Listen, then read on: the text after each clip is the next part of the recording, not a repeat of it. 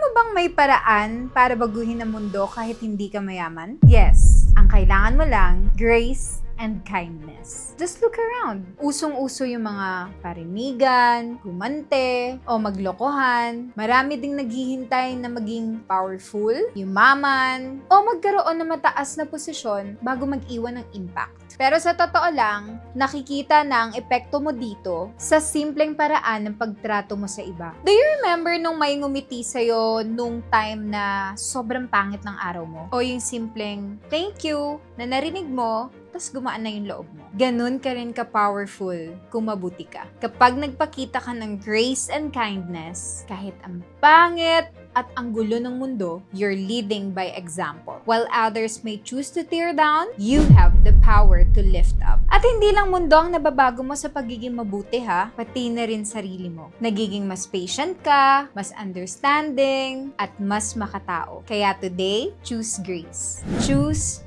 kindness. Kahit hindi maganda ang araw mo, piliin mong maging maganda ang mundo. Sinong nakakaalam? Baka yan ang mag-inspire sa iba na mas higitan yung magandang nakikita nila sa'yo. Baguhin natin ang mundo ng may puso.